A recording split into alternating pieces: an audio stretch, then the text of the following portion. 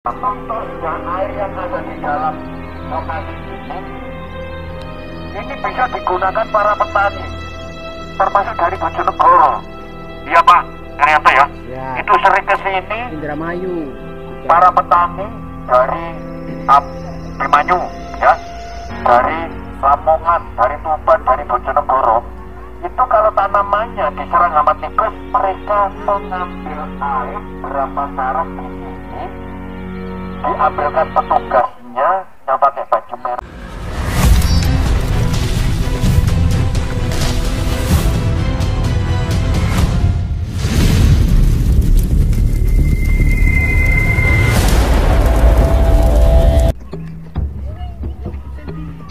Ya, saat ini saya ada di Candi Tikus ya. Ini dikenal masyarakat atau nama yang sudah tertera dalam buku atau peta, ini namanya Candi Tikus ya. Namun sebenarnya ini adalah sebuah petirtaan ya, atau pemandian pada era Majapahit saat itu ya. Ya, bisa kita lihat letaknya ini ada di bawah, makanya ini disebut digunakan pada masa lalu itu adalah petirtaan atau pemandian. Jadi di kedalaman 5 meter ya dari permukaan tanah, bisa kita lihat ya. Jadi ini adalah kehebatan dan keunikan dari leluhur kita pada abad ke-13 sampai 14. Itu selalu dan sering digunakan untuk bersarang tikus, untuk persembunyian tikus. Yang namanya tikus, binatang tikus, otomatis merusak tanaman petani, betul enggak? Padi, jagung, segala macam dimakan oleh hama tikus. Setelah itu, penduduk, khususnya para petani, penduduk desa Temon, di sini desanya desa Temon.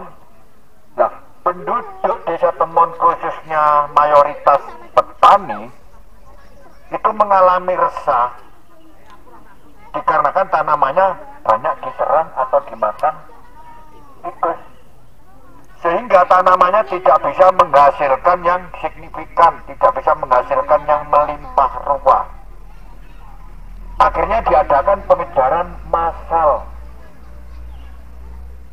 Jadi penduduk itu berbondong-bondong ingin menyingkirkan tikus dari tempat ini. Lalu digali. Setelah digali, di dalam penggalian itu dipimpin oleh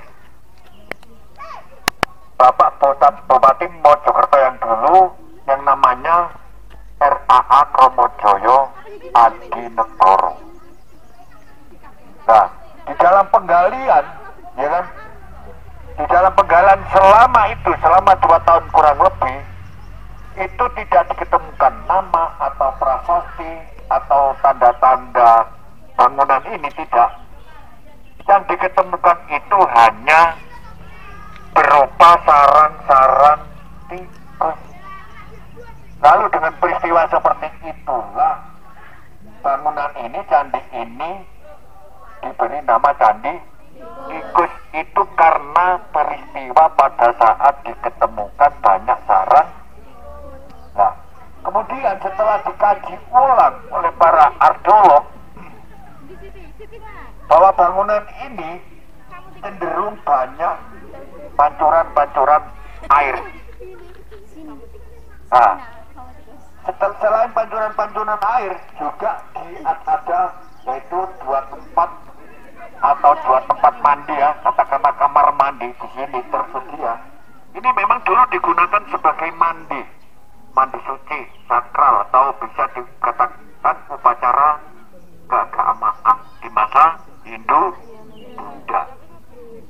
Karena semua candi ini adalah rata-rata peninggalan daripada Hindu Buddha. Ya, jadi meskipun seperti itu mandinya tidak setiap sore pagi seperti sekarang ya. Itu digunakan mandi pada hari-hari tertentu atau hari-hari keramat. Ya, lah setelah dikaji ulang, setelah adanya banyak pancuran, ada juga mata air dan juga ada pembuangan. Ya, nah, akhirnya setelah selain nama Candi Tikus, itu juga ada nama yang sangat-sangat masuk di akal terkait dengan bentuk bangunan, selain nama candi tikus juga digunakan atau difungsikan sebagai petirtaan atau pemandian di masa kerajaan Majapahit. Nah, candi ini, tentunya adik penasaran lagi, Pak Aryo, airnya ini dari mana? Karena dari mata air, sumber air, pancuran air, dan segala macam yang ada hubungannya dengan air, itu saat ini sudah mengalami buntu atau macet. Jadi dari manakah air yang ada di candi ini? Itu adalah air hujan. Nah, mitosnya air yang ada di dalam lokasi ini bisa digunakan para petani, termasuk dari Bojonegoro. Iya Pak Arianto ya. Siap. Itu sering ke sini Indramayu juga. para petani dari Abimanyu ya, dari Lamongan, dari Tuban, dari Bojonegoro.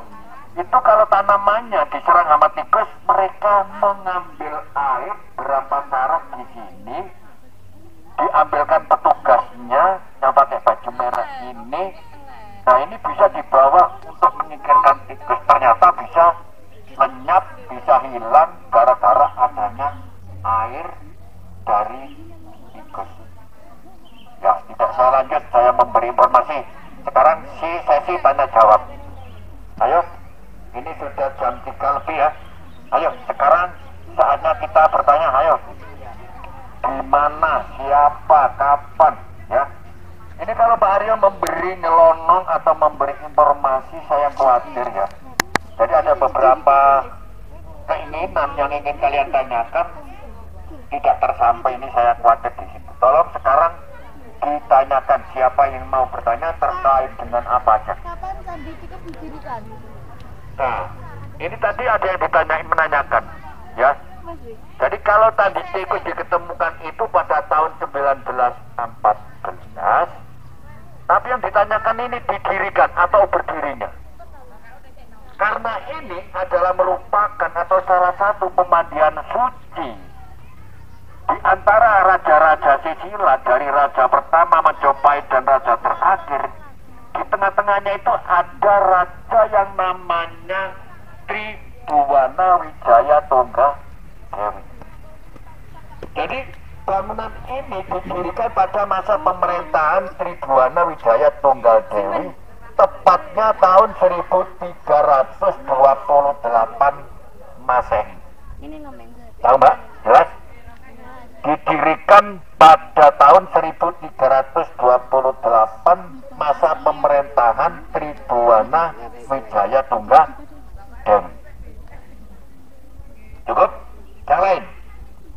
Ayo, semakin banyak bertanya, edukasi pembelajaran kami semakin sehat, semakin lengkap, semakin sempurna. Ayo, silakan bertanya ya. Apa? Kota itu. Kota ini. Ya. Di sini ada kota ini. Nah, Pak Aryo nih tentunya kalau memberi informasi itu bahasanya tetap menduga ya, mengindikasikan. Karena persisnya 100%-nya itu belum tahu pasti.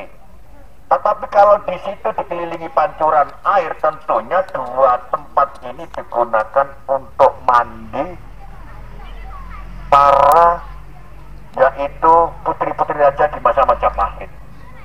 Ya, untuk digunakan mandi sakral, mandi suci ya, seperti itu indikasinya ya. Nah, oke. Yang lain, ayo tanya terus. Ya, kurang 10 menit kita kesini. Ayo, yang belum aplikasi silakan.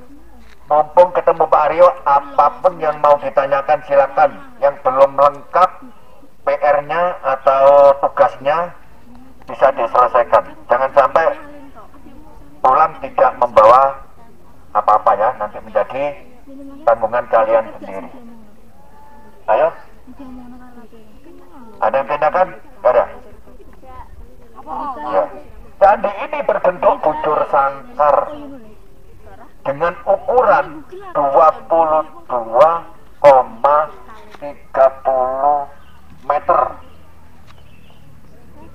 candi ini sudah mengalami renovasi purna bukar. Tahu renovasi? Tahu. Purna bukar artinya candi ini sudah pernah mengalami direnovasi di Bukar, tepatnya tahun 1990 sampai 1995. Jadi yang rusak diganti dengan bata baru dengan ukuran yang sama. Ya, yo. Kalau ikan ini dikasih petugas, ya, karena ini kalau ikannya habis, kalau airnya habis, ya ikannya habis juga. Nggak mungkin kami begini karena tidak ada sumber. Ya, yang lain? Gimana? Air kok? Ya, itu. Jadi nggak apa-apa. Jadi kalau mengambil air beberapa liter, tapi digunakan untuk menyingkirkan tikus, baik itu di sawahnya maupun di rumahnya, di tanamannya, di tempat manapun, itu bisa. Asalkan kita perhatian ya. Nah, manfaatnya cuma ini untuk menyingkirkan tikus dari beberapa tempat. Ya, yang lain?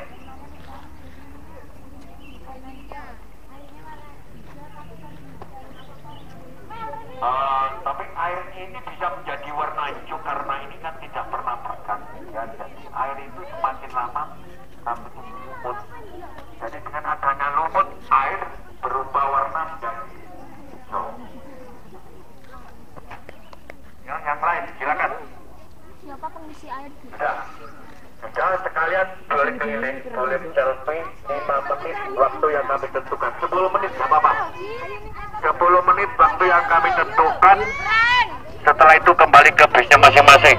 Jangan berlari-lari, jatuh bukan tanggungan saya. Ya, boleh kalian selfie, boleh kalian ambil tempat di mana aja. Yang penting jangan sampai jatuh, jangan berlari-lari.